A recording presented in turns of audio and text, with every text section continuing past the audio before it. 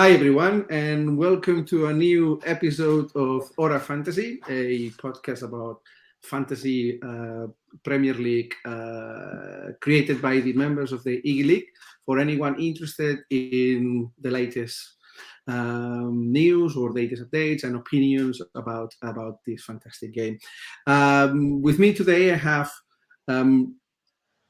I'm very glad to have actually two more people with me today. I'm going to just see if hold on, sorry. Two people that they know each other and they've been playing in the Iggy League for a few years now. With me is Team Guha, our current leader and manager of of Holly Guhacamole. The name of that's the name of his team, and also Carles Suarez, manager of Catalan Hotspurs. Welcome both to Hora Fantasy. Thank you. Thanks for having me on. I don't know what anybody's going to learn today, but it'll be a nice chat about FPL, so all good. Excellent. Thank you. Right. So, well, first of all, I just wanted to mention that you two know each other. I know Carles, but you and I, team, is the first time that we've met, not physically, but at least face to face online. And I just wanted to ask you, how did you? Because I known Carles for a few years, and we've been both playing at the league for quite a few years now. But a couple of 2 or 3 years ago, you joined the Iggy League, and could you please just explain how did it happen? So I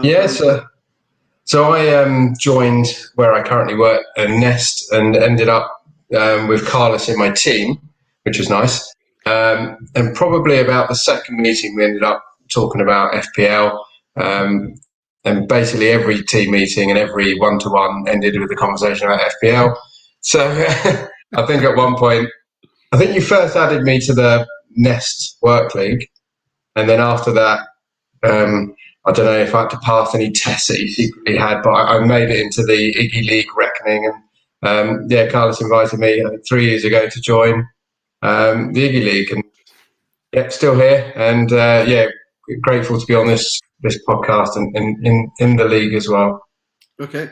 And not only he's leading now in the current league, but he's been on the top 3, I think, or at least top 5 in the last 3 years since he joined. So definitely it's been a new signing for the Eagle League. Yeah, I think I came 3rd in the first year, 2nd last year. So fingers crossed, it's heading. Yeah. I mean, we'll see. We'll see. It's the upward curve. Maybe you're leader too early. I don't know.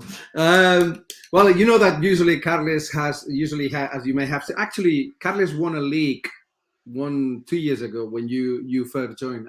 So you've seen. Let me ask you one thing. Were you guys working together when Carles won the league? No, I think he probably tried to get me in the league so he could take my money. But I don't think we were working when you won. Maybe the season. You were lucky in that. You were lucky. Well, I would have probably left work if I had to part with Carlos. Look, what I was thinking is, I mean, it's been as you all know, we're just at the end of, or just a few hours. No, I think a bit more of 24 hours before the start of Gameweek number 8, the Gameweek 8, which is the one that comes after the second international break. And so I guess we all been looking every now and then at our teams and possibly at price changes, but it's been clearly a bit of a quieter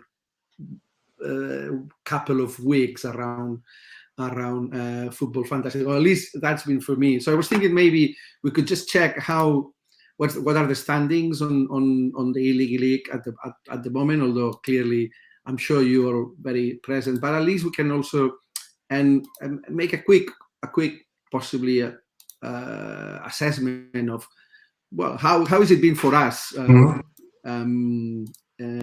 the first 7 game weeks of the season. I think you can all see my screen now. Right, so currently, as we've mentioned, after 7 game weeks, team is leading, Holy Guhacamole is leading the league with a total of 464 points. You have already a decent advantage of Bolenino, the current champ. And Carles is just 24 points behind you on 4th position, and I'm a little bit farther back, around 40 points behind you on 7th position.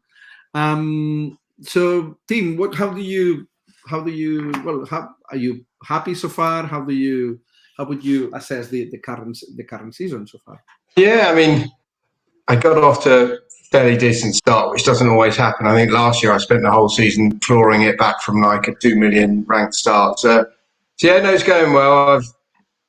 I've been forced into a few hits and punts where I wouldn't have done normally, but with injuries they've paid off, and I got lucky with a couple of choices. And yeah, I mean, you definitely need a bit of luck in this game. So yeah, no, obviously I can't complain sitting at the top of this competitive league, and yeah, no problems. I spent the last few weeks targeting Norwich, so that's kind of my kind of latest approach.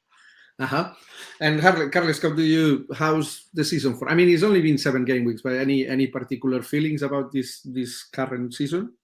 Yeah, I think that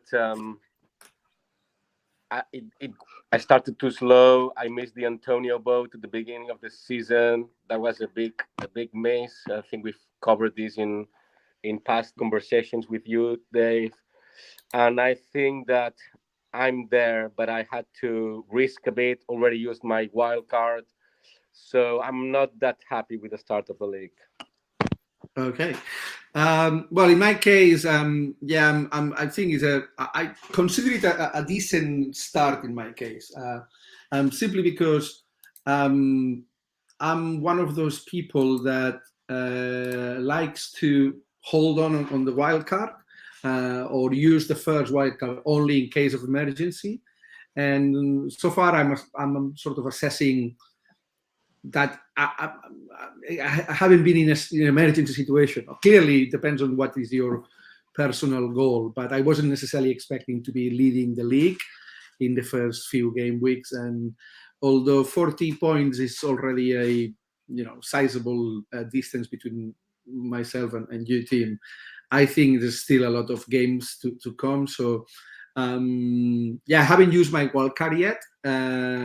So in that sense, I'm sort of content so far. I'll clearly like to climb up the rankings and see if I can catch up with you in following weeks. If you actually take too much advantage out of me, then in the next couple of weeks I might need to change my approach. Look, talking about wildcards, because I think I'm going to share the screen again, because we're going to look first at your latest result of game week 7. And because one interesting thing for everyone that might be listening to this is that actually team has activated his wildcard, and for this coming game week,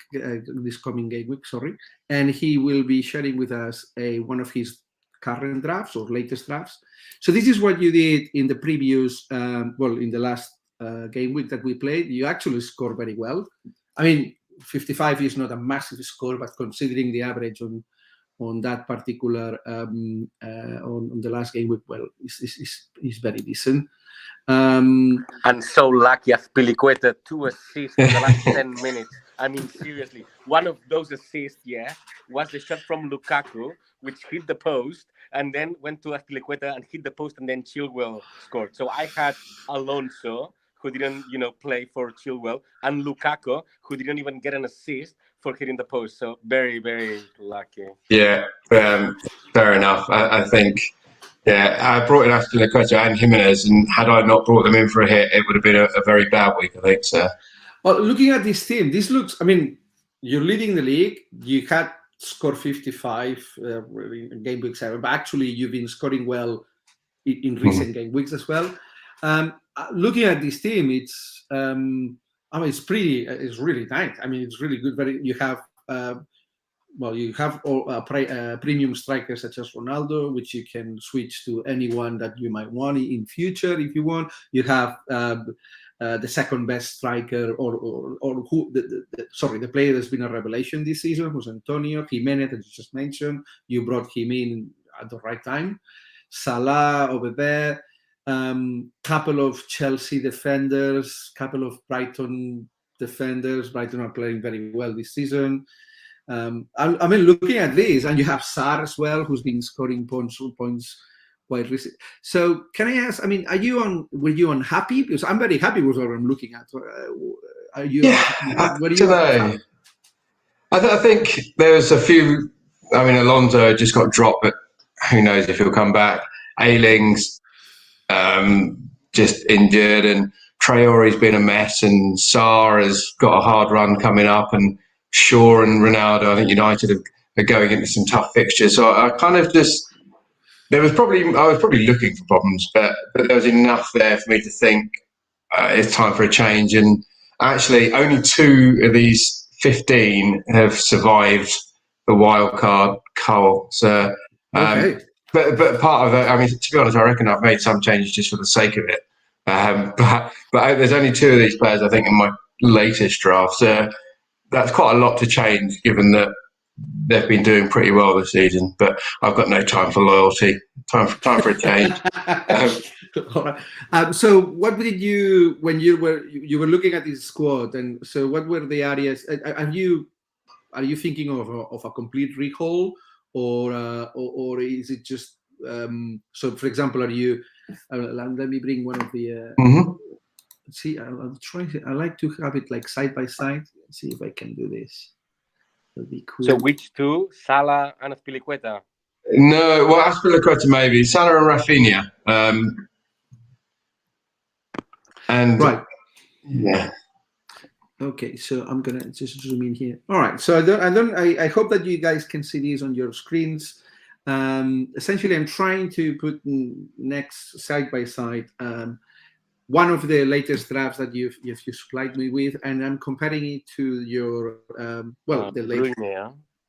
Right. So well, first of all, wow. Okay, I'm sure that you're tinkering with this. So for all the other members, just relax. Don't think that team is necessarily going to play with these guys. But the first thing that obviously jumps for me when I'm looking at it is no Ronaldo, but not just no Ronaldo, no premium striker. So, okay, can you? What's your thinking there? I thought you were going to say what's wrong with you.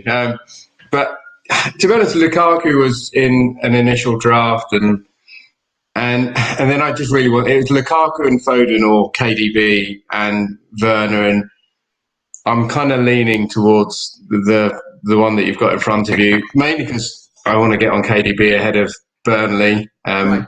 Assuming he plays. But I know they've kind of done really well against Burnley recently, and if he does start, that could be. And actually, this is where you probably make up those 40 points. I'm probably going to captain him over Salah, which could really come back and bite me. But I think that's the plan. So, yeah, that's why I said Lukaku was in an initial draft. I don't really fancy Ronaldo for the next few games. And then Werner has played 90 in the last 2. He's on good form, and I'm just hoping he stays in and carries on. That's interesting. Yeah, I mean, what's Werner been doing? I don't. Can I check Werner here? It's interesting. You mentioned. So he scored in the last. Well, he basically is starting to play. Yeah. Okay. Yeah, so, and I think he's actually quite heavily involved from what I hear. So let's assume that you go ahead with the draft on the right-hand side. If let's say that in, I don't know, 4 or 5 game weeks, you choose to, or you want to bring back someone like Lukaku or Ronaldo, what's your, I'm going to call it exit strategy. So what's your... Yeah, I think that's where I lose KDB, basically, depending on what he's doing. But yeah, that would probably be what I'd do. or think about. I mean, who knows what? No, Trent is a keeper unless he's injured. So no, I'd look at KDB maybe. Ooh, now that you mentioned it, let's talk about Trent. So Trent was not on your previous. Have you ever had Trent so far this season? I've had him all season. I sold him to that last because I was pretty sure that I was going to wildcard, and I know he's injured, so it was it basically gave me the money to get Azpilicueta an upgrade. I think I had Perica and push him up to Jimenez. Trent lost for 1 week, but I think he was always going to come back. The plan is to play with 4 defenders. Yeah, I mean, Chilwell and Norman were also Doucouré and Duffy, I think. So if I go with this, then yeah, four defenders, 4-3-3, with Mbeumo coming in next week. Cool. I mean, this is very interesting. This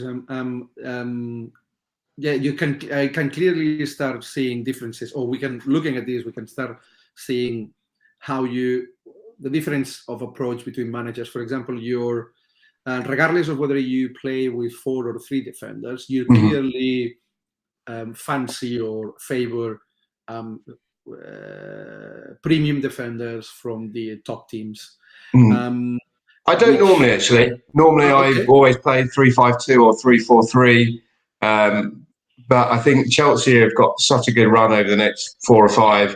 Cancelo has been brilliant, and Trent. Just probably for this 4 or 5 game weeks, and then I would look to bolster the midfield again, like upgrade Norman and downgrade one of the defenders. And why you're moving out from Jimenez and Antonio? What's Dave? I mean, Antonio's been great. Jimenez just gave you 10 points over there. Yeah, I don't know.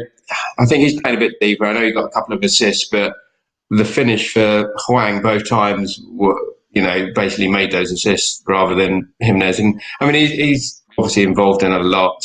Antonio, I regret it actually. I made a knee-jerk sub out of Antonio, and then if I want to bring him back, it will cost me more. And so now I've kind of convinced myself that actually West Ham have got some tough games, and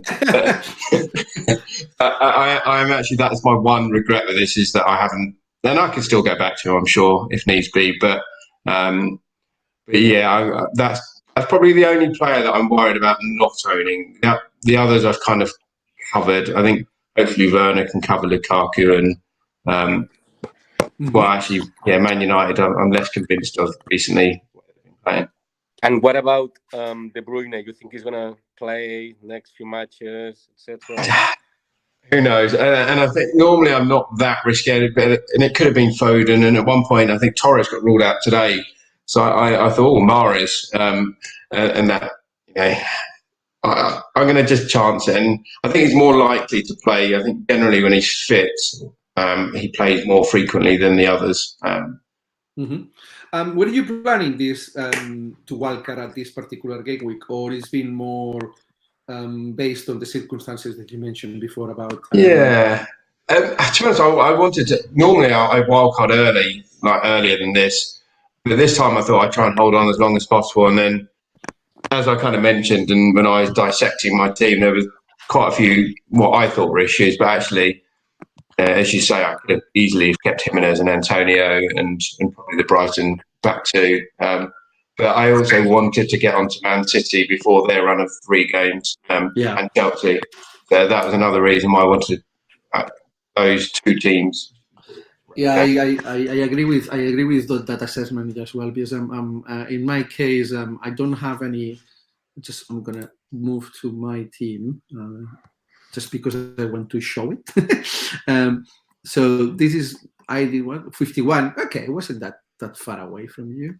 But as you can see, I don't have any City player, and I do agree that when last week I had a quick check on my squad and at the calendar, and I felt kind of Man City. If I don't jump on Man City quickly, I might regret it because calendar for them is just very good at now. I mean, I already have 3 Chelsea players, which means that I'm covered on that side for the following game weeks. But I'm missing some blue kids over there.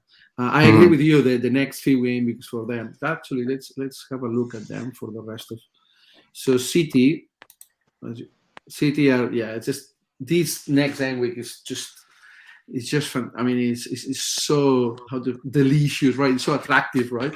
So so City at home at a 3:00 game this Saturday against Burnley, who've been very, they haven't been very good this season so far. Then the next one they'll be visiting Southampton. What I'm looking at. Sorry, they'll be visiting Brighton. Which I mean Brighton are playing very well, but clearly I think the difference of squad quality is very significant, so we should see City again generating many chances and possibly scoring quite a few goals. And then they do go back, they play home again against Palace. I mean Palace being good, but again it's just the sheer difference between squad quality amongst it. And then what's happening then after sorry, I think. There's the. You know, it doesn't look such a good run of fixtures now. You've gone through it. No, I think it does. I think it does. I mean, two games at home against Burnley and Palace. I mean, I don't know whether they're going to score 5 goals or not, but clearly they should win comfortably. Then and then the next one is away at United. Which, I guess anything can happen then, but still. And then after that, hold on.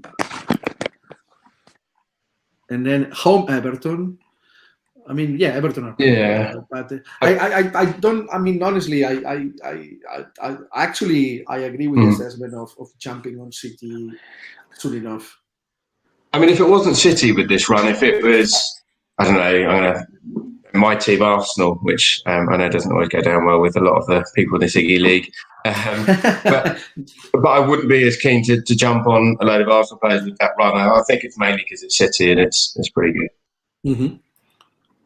And let's have a look at Mr. Catalan Hotspurs, see where his City players are. Iggy League, Catalan Hotspurs. Right. We both won you, Carles. Right. Okay. That's interesting. You see, I'm so glad to have you guys here because clearly I can see two managers with quite a different approach. At least, I mean, these might not be your teams. I'm perfectly aware, but I can see Carles playing last game with 2 premium strikers. As opposed, and if you look at the right hand side, then you can see team actually being a bit more not conservative, Spurs in spending money in upfront, whilst Carles is Antonio, Ronaldo, and Lukaku. Wow. So Carles, what are your thoughts for City? Or have you considered it? Or I started the season with Gundogan and Ferran Torres. And then Gundogan I sold earlier, and then Torres I tried to keep him, but he stopped playing, which sucked a bit because it was nice to have a Catalan player in my team. Now I only have Marçal, which is not even Catalan, but has like a kind of Catalan name, so I'm quite happy. But there's also a Brighton defender, Cucurella, which I'm watching him, just to have someone. But as per City, so if I would have someone, it would be De Bruyne. I think it's a very good call. As you've seen, City has very nice matches coming up. So I guess that my main worry in the next few weeks will be if Ronaldo or Lukaku scores more points than De Bruyne. Right. Okay. So what you would do is you would do something similar to what Tim has mentioned, like downgrading. No. I wildcarded a week ago or 2. I went for those top 3 for a bit, so I'm gonna keep with that for the next few matches. Okay. All right. So what about so what's in your mind for this game week after the international break, Carles? Is anything that? Well, I'm worried. I'm worried about Lukaku if he's injured, and I'm worried about Alonso if he's not gonna play anymore for Chilwell. So again, I may need to do some changes. Probably Alonso is going to be the first one, but I'm quite happy with the top three if Lukaku's fit. I mean, he didn't score, and Werner did score, but and of course, Werner benefits from Lukaku being in the team. But Yeah. I think that Lukaku can perform much better. And I'm also quite happy with the midfielder, Rafinha, Salah, Gallagher, and Doucouré. Sarr, it's probably gonna go soon too. And then the goalkeepers, I'm happy Ramsdale and Foster. I've seen the team has also copied this goalkeeper assessment. And in defense, well, it's only Alonso, and then I'll pick the cheap ones and see where it gets me. Okay, I mean clearly you can. I mean, we are looking at these two formation is clear where the thinking so far, right? So you're clearly invested on forward strikers, while team is conserving quite a strong defense. Now, we don't necessarily know who's going to be, who's right at this point in time. But I mean, it's very interesting to see that midfield-wise, you guys, well, except for De Bruyne, clearly, but you actually have quite similar players in terms of value, and you still you still have Sarr so far, which team had until this game week. So it's interesting that you guys. The main difference between you two is actually defense and attack. Yeah. It's very interesting. But it's good because then you can follow the trajectories of both, right? So it's just kind of you can see clearly what is working for each or not in future. All right, cool. I'm only worried about De Bruyne. I'm sure that I'll win the attack versus defense battle, and I'm sure that team will resort to having three main defenders and more money up front. Yeah, I mean, you're right. I maybe I should have stuck with what's got me to first place, which hasn't been really big at the back, and it's been a lot more balanced. But I said, I think just a shift, and I think you started the season, Carlos, with like Pukki and Tony and a really weak defense. You've completely shifted, and yeah, I wouldn't rule out kind of bringing in one of the big hitters up front at some point. Even, dare I say, Kane around week 12, I think Tottenham suddenly get good in terms of fixtures anyway, maybe not performance. Can I ask you, I mean, you mentioned that you're an Arsenal supporter, which you should be, I mean, I'm surrounded by two Hotspurs, so but I think we're nice enough. But my question is actually, it's interesting. I don't see any Arsenal. Well, I mean, obviously that's just your draft, but I think on the previous squad, is it? Oh no, sorry, you have the keeper. Yes, right. I'm only mentioning that you only have one Arsenal player, whilst actually, I think this season Arsenal is very interesting because of the price points, because I do think that they're really they're cheap, considering that the cheap players in value. I mean, people like Ben White or Ramsdale, and you already have, or Odegaard. I mean, they're really affordable, considering that they play for Arsenal, and Arsenal is an offensive team, so they should be generating points. Even if they don't, they might not get to the top four, but clearly is a team that should win games, especially at home, I believe. I mean, is it unusual considering Arsenal? What's your thinking on Arsenal? So I mean, we're definitely playing a lot better. I looked at, beginning of the season was awful, and I wanted to steer clear of any defender, and I think the last few games we've got a lot tighter at the back, and obviously Smith Rowe, Saka at their price points have been tempting. But I kind of want to see a bit more. We're not sort of putting teams away, and there's still a risk with Pepe and Odegaard, and just in terms of rotation. I'm not, even though they're playing well, I'm just not convinced that. But I guess at that price point, it doesn't matter if they're benched. I'm actually risking KDB being benched at 11 million. So. Tierney's probably been the one that's, just because he's so attacking, I've been tempted by. Yeah. So what kind of manager are you in that sense? Are you someone like, for example, Carles wants to win, but he wants to do it in a particular way where he also chooses players based on, I'd say, emotional attachments, right?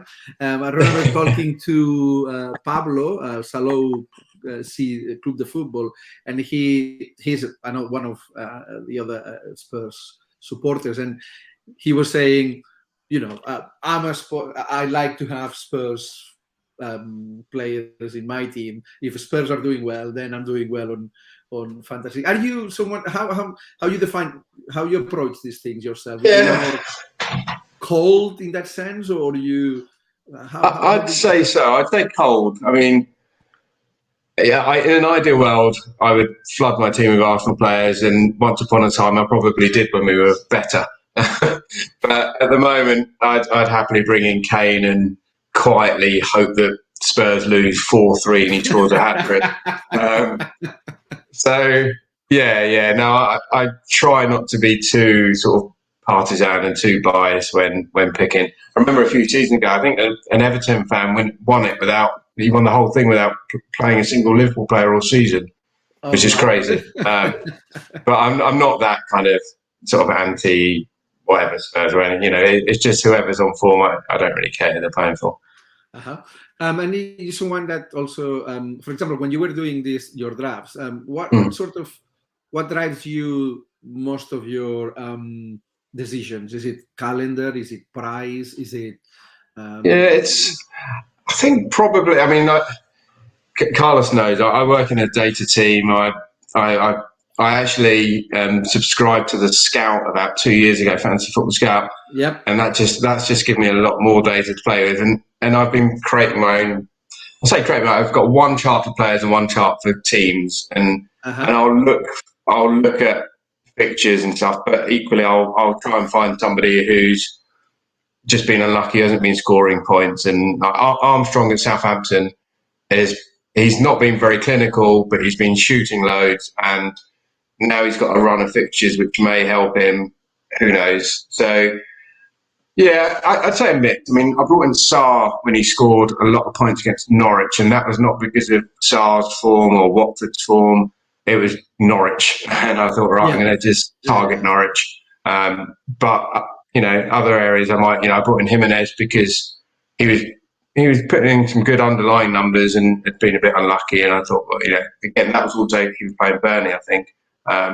So I think a lot of it is actually who they're playing, and then I'll have your core of Trent and Salah and whoever. So it is a mix. I don't actually watch as much football as I'd like to. So that whole kind of eye test thing, I don't really do because I'll watch the odd game if I can. I've got 3 small kids and trying to find time to. Although actually the oldest one's 7 now and he's really into football. So occasionally, cool. So how do you manage signing for the Eagle? No, he's in one of. I've got one league with some old school friends and their children, and he's joined that for the first time this year. Oh wow! Yeah. So do you help him, or is it, or do you share trade secrets with you? A little bit, but he's he's an Arsenal fan, but he likes a lot of Liverpool players, so I'll kind of let him pick who he wants. So I think he put in David De Gea this week.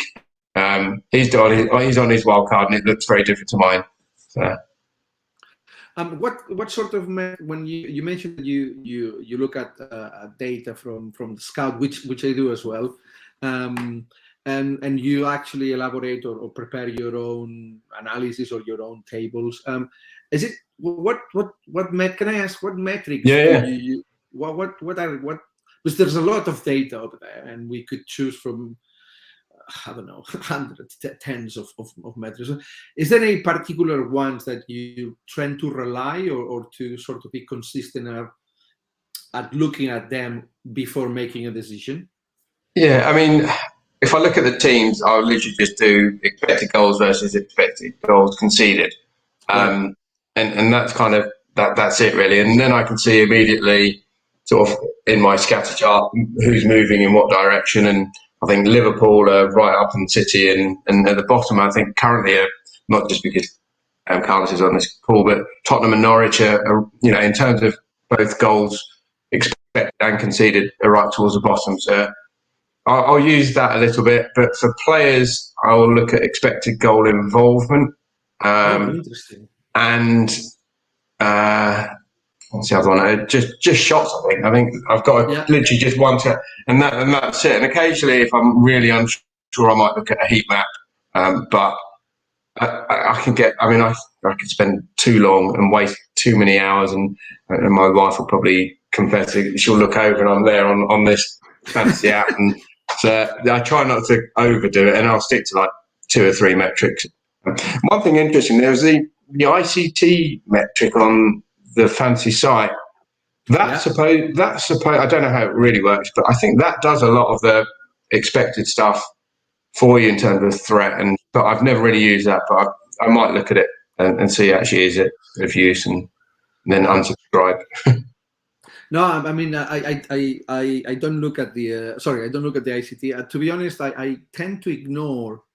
And possibly I do a mistake with that. I tend to, in my first few seasons, I devoured and I look at all the stats that the FFL website was providing.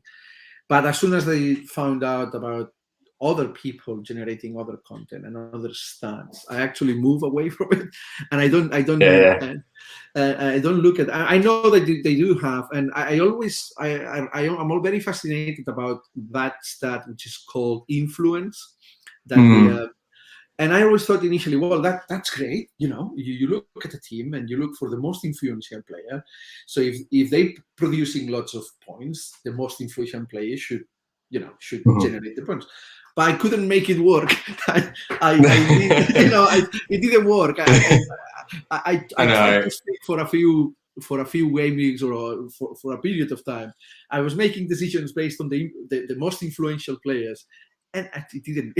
No, and this is it. I mean, I think we've all got our biases as well. I mean, Zaha's on one of my charts is Zaha's up towards Antonio. We're heading in that, but I won't go near Zaha just because I've been burnt before, and and that's probably why I've gone for KDB. He's not doing that well in the stats, but I know what he's capable of, and Interesting. Is there any other play? Is there any particular players that you would never sign, or that you? Like that you would basically don't want to see or don't want to have. It's like one of the situations where there's players you don't want to, but they do have a very good game week. And they could even be captains, but you're like, oh. I remember. I mean, for me, it was Danny Ings 3 years ago. Yeah. It's one of those players that I didn't want to have in my team because I thought he would always get injured.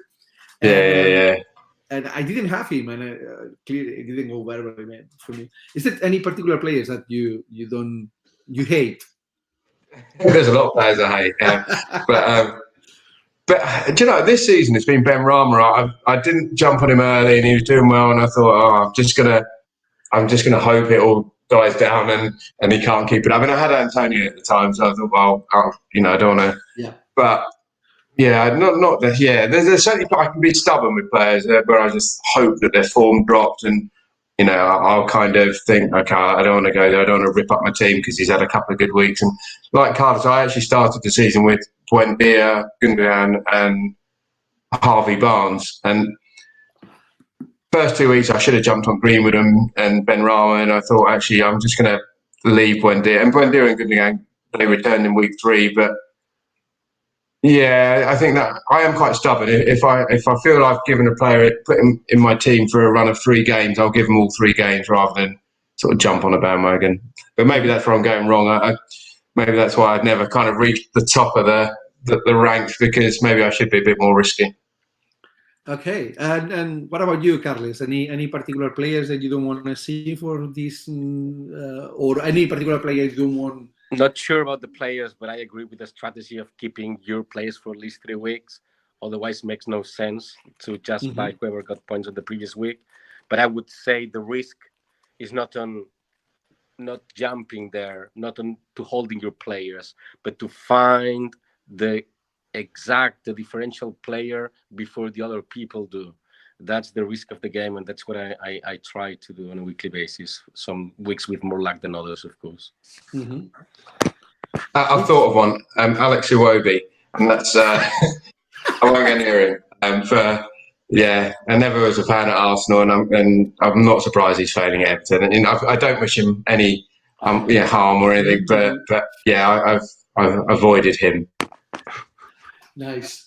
Any particular? You mentioned before that you tend to favor 3-4-5-2, but are you very flexible at the end of the day, or you really have?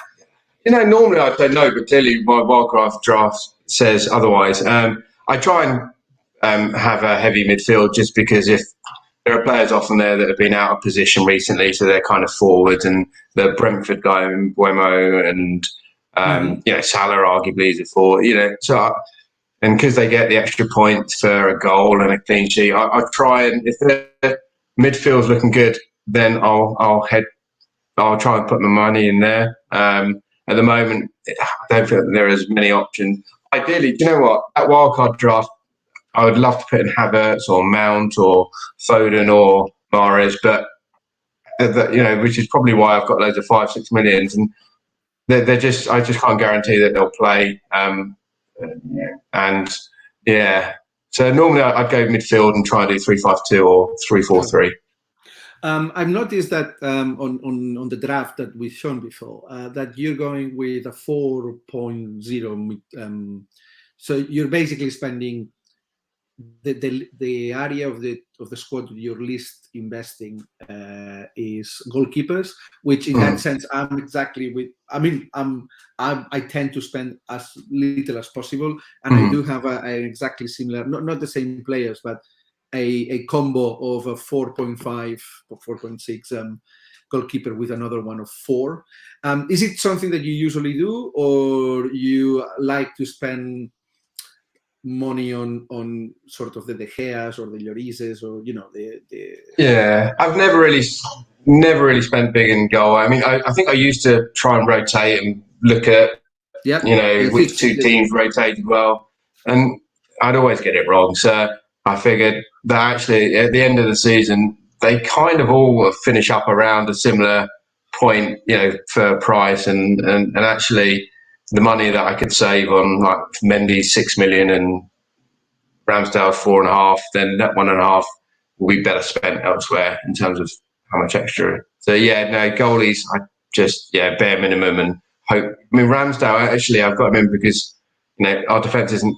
I mean, it's better, but he's still going to make a lot of saves because. Yeah, definitely. So I remember Martinez. He was getting huge points when they were losing, and he'd still end up with like 5 or 6, and because of all the saves. I think I'd rather spend the money in defence than in goal. Right. Yeah, I agree with that. Yes. What about captain? Because we have here. There's a running debate amongst the Spurs fans. Amongst many FPL managers and at the E League as well, about what if you want to progress, do well and win, and actually what you have to do is to be the best at selecting captains, whilst there's another side of things, possibly more. Carles, I think, is spearheading that side of things, where is trusting more the selections, the differentials, the trends. That the captain, yes, you can. It's good to have a great captain, but you're not going to necessarily win the league because you match the captain. How's your approach to captain? Are you risky, conservative? No. Do you know what? Last week I was conservative and I was annoyed with myself because I brought in Jimenez. I could see he was coming in against Burnley, and actually I think is it Ken or Kenneth? He did captain him, and hats off, because I went Ronaldo because I wasn't convinced that they'd do really well, but it was a home fixture and I'd invested all this money in Ronaldo, so. I wish I'd been risky. This week, I think actually going against Salah, who knows? But I think there are opportunities in the season where I would happily not pick, obvious pick. And I think this week's one. Generally, if it's Salah at home to somebody, it's probably going to be on him. Why would you say that is not I mean that there's a chance. Why wouldn't you captain Salah against Watford? Yeah, this is because I've got KDB, and that is at home to Burnley. Gotcha. And otherwise, Salah would be an absolute definite. But because I've got KDB at home to Burnley, and he's done well against them, I think, and City have done well against them. And so you're going to captain De Bruyne? Yeah. I mean, yeah, definitely. So, unless he's ruled out, but yeah, he's going to get my armband this week. And but no, I don't think another player in another fixture would probably get it over Salah at Watford because, and I could regret it because everyone's going to go Salah and he'll probably. But I just think, it sounds really corny, but my gut's telling me KDB at home to Burnley, and I'm going to go with that and hope for the best. Mm-hmm. Interesting. So, okay, would you sign someone to captain? So, like, have you signed? But I'm presuming you're going to still keep KDB. You're just not signing him because of. Okay, guys, better go now. Yeah, sorry. Yeah, have a good one. Cheers, Carlos. Okay, see you soon. Yes. Oh. Hello? Yeah, still there. Sometimes if I end up taking a hit for someone, it's because I'm going to captain them, and that kind of softens the blow of the hit, maybe. But yeah, KDB, he'll stay for a few weeks. You taking many hits this season so far, or you're very more disciplined? Than I'd planned. I thought, try and roll over transfers, have a bit more flexibility. But I've had, injury. I think I brought in BCL, and then he got injured that same week. And I've had players like Ayling and Perica, and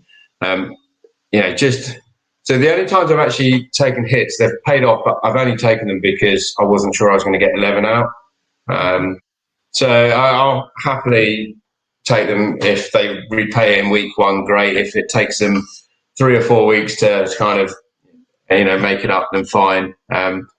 So happy to take a hit. And actually, I brought in more pay this week. I mean, obviously not for hits, he's on my wildcard, but that is purely target Norwich and then get him out and bring in Tony probably. I'll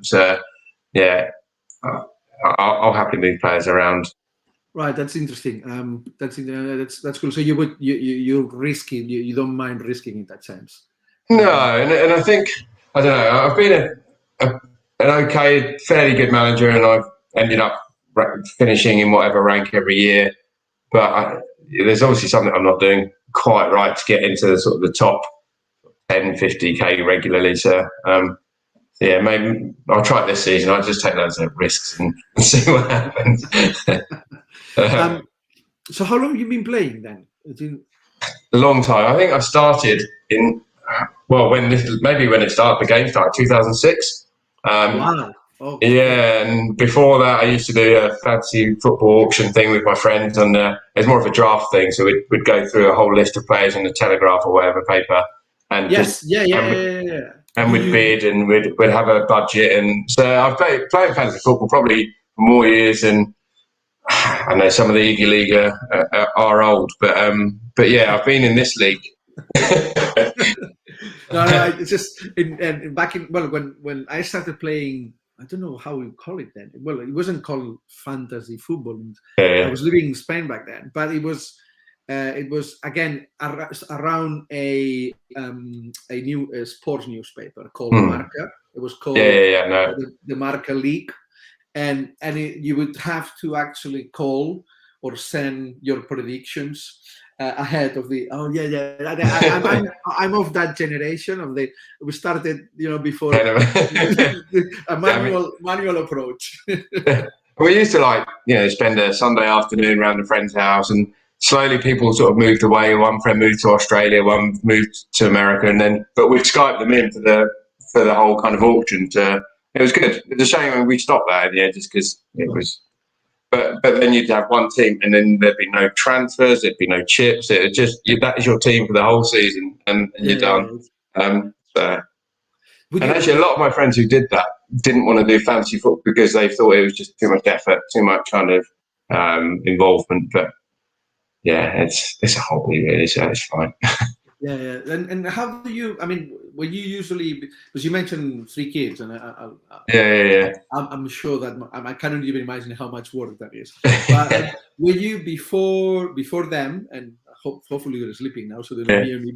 Were you someone that we also going to games and watching football regularly, or not necessarily? Yeah, I mean, I used to be a season ticket at Arsenal, and then eventually I got sort of priced out, as and when it all became sort of seated, and we moved to the Emirates, and then season tickets, and then I shared a ticket, and then I shared a ticket with 3 people, and then I just thought so yeah. Although I looked before this call, and my worst 3 seasons in those last 15 seasons have been the years that my children have been born, and there's a obviously my mind was on different things, and I wasn't getting enough sleep or whatever it was, but but they were in, I think, 2014, 16 and 18, and they were my 3 worst seasons. So it's getting better now. So yes.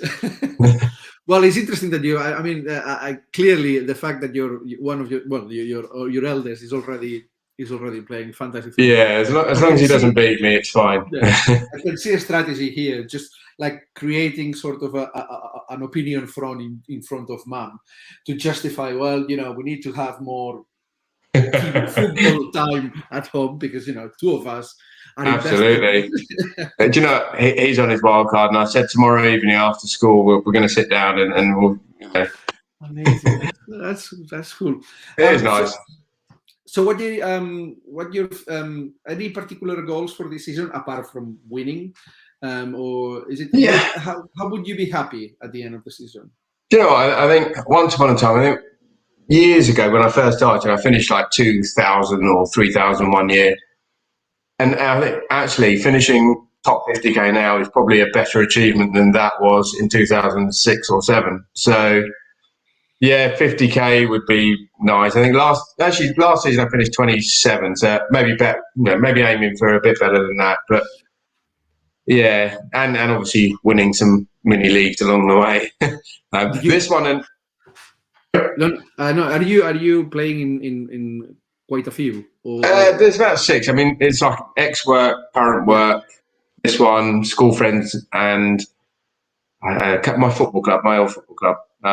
But there's only 2 of them who've got money, and the rest are just kind of bragging rights and kudos. Do you do also sort of like an individual, like a friend of you, like individual bets? Like you have a bet with one of your friends just to finish above him at the end of the season, or no, you basically like to play against everyone in the league, not just basically. I don't think I've got any side bets going on. Maybe with my son, but no. I actually used to kind of be a football tipster, and I used to be quite in the betting side of things. I'm kind of that was a few years ago, and but no, actually, I mean, fantasy football's a bit like betting, really. You're taking a punt, and less money involved maybe, but it is a kind of friendlier gambling. It's interesting, and I'm actually very glad to have found a fellow lover of stats, and I'm just going to show you something. Yeah. See. I hope you like it, because I do my own tables as well. Fantastic. Now we could. I don't know how long you got, but. and the whole. I mean, at the end of the day, it's all about. You just mentioned it. It's all about being able to make better predictions. Because it's just about that, and most of the time, for me, it doesn't necessarily work well. But I'll just see if I can bring this online. So I've created a new why is this not loading? Hold on. Right, I'm gonna show you. I'm going to screen grab it and steal all your insights. Yeah. No, just feel free.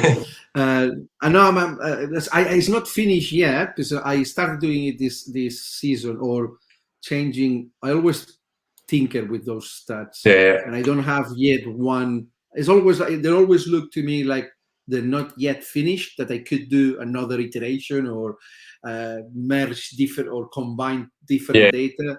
It's a never ending story.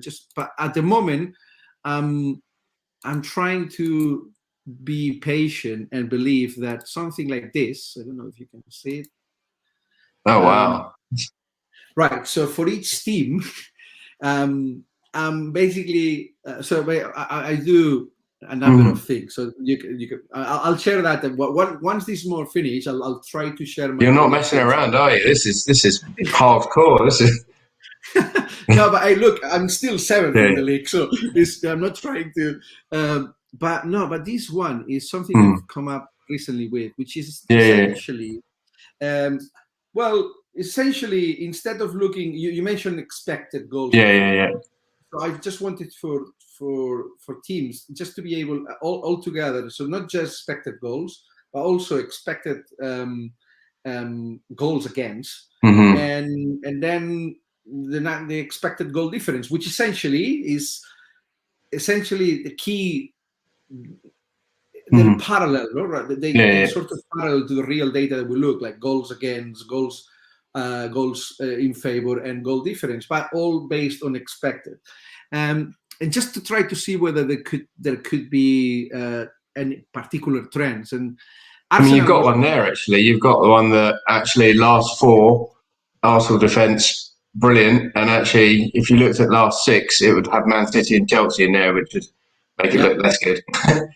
No, it's the problem I have at the moment is I don't know necessarily how to interpret them correctly. So, for example, I have this one, which is clear. You can, because there's so much disparity amongst the different series of data that you can sort of interpret. You can clearly see against Man City, it was very difficult to the goal difference and the ability to generate chances was very low. But then on Norwich, it's just the opposite. And you can see also how defense is being more or less corrected. Started almost here, and then it's now more solid. But then I get something like Aston Villa, and I get this thing like, okay, so is this good or is this bad? That's probably an avoid, neither good nor bad, kind of middle of the road. Yes, and I don't have all of them, but then did they have Liverpool? Let me see. Liverpool, yes. I mean, their expected goals are. The expected goals. Yeah, for example, you can see is the blue one. You can see, as you were mentioning before. I mean, they're above 2. They've been above 2 expected goals per game on every single game, except Man City, which is massive. But it's interesting. I was looking at this last week. I couldn't necessarily. I know that the game finished 3-3, but it wasn't made like this particular game. So, well, I'm just doing these things to see whether I can detect any particular trend. I'm going to I show you Arsenal, so I need to show you Spurs as well. This one, that was the old one. It didn't work. They get an extra chart. Yeah, exactly. So but I mean, that is fantastic. So the in terms of, for me, it is very revealing. One. So the expected goal difference it's been only just above positive in one single game, which was at home against Watford, which I think it tells you all about it in this particular team. The only problem is that I don't get many teams like Watford. Let me see. Watford is a little bit. Again, I'm just experimenting with this. I don't necessarily know how to just interpret them. I mean, what I like most about these charts are the fact that you can, a lot of these websites, you can look at stats for last 4, last 6, but you can clearly see who they've been playing as well. So I think it gives you a more balanced view on that last 4 statistic. Like the Arsenal one, Chelsea and City in the first 3. And we've had easier fixtures in the last 4, but you can kind of make a more balanced judgment on it. Yeah. And also, I mean, I guess over as the season progresses, then we can start identifying which teams are really. You mentioned before about, I'm not worried about captaining Salah because I'm captaining KDB because they're playing Burnley. I think the ability to identify the quickest links or the weakest teams, that I think that as the season progresses, it should be more easy. Arsenal is fantastic. As soon as the quality of the opposition sort of switches, you can see all the data compressing, and there's no such variation. I don't usually show these because I'm honoured. I tend to think that people will think, "What are you doing with your time?" I was going to say, if I wasn't on this laptop and I was on my other one, which I tried to log in with before, I'd be getting out my Power BI charts. I used to use Tableau as well. Okay. But it is. I mean, it's not a very complex chart. As I said, it's a scatter chart with one against the other. But for me, that I can compare the teams and look how they're doing. Cool. As the season progresses, I mean, there's 38. There's 38 game weeks. Lots of episodes to do. It'll be great if we can do, because I'm trying to identify out of these chats who is like someone like I could talk about this. But you know, when you first put out this podcast, I was really happy to kind of see actually there are other people who are as, I was going to say sad as me, but but no, I spent too much time kind of. As I said, it's a hobby, and it's nice to find like-minded people. And even listening to some of the other managers, I think, is it Ben and Kenneth and a couple of others that I've almost tuned into, but realised I can't understand Spanish or Catalan. I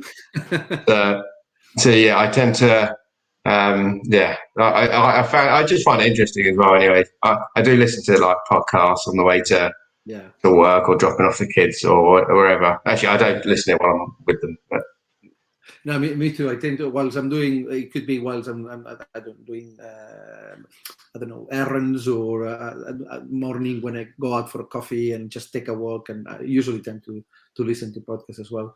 No, but it'd be great that if we can I'll identify one more people or two and then sort of doing a special about. Yeah, sounds good. And the next one could be, how did you drop from first to eighth, and do you regret dropping Antonio? And for me, I've only been one of my goals for this season is try to. I'm not going to say make all the decisions based on the data I'm generating, because that I don't necessarily enjoy that. I also want to.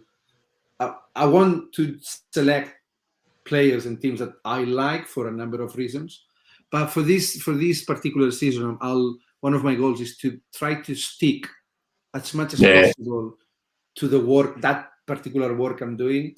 As you mentioned before, at the end of the day, we invest a few hours, so it's just to reward it. So if I spend these hours doing this, then I want to make as much decisions as possible based on that, or at least do it frequently and see what it takes me. Because I've never finished inside the 50. The total 50,000, and so I don't really have a secret to win.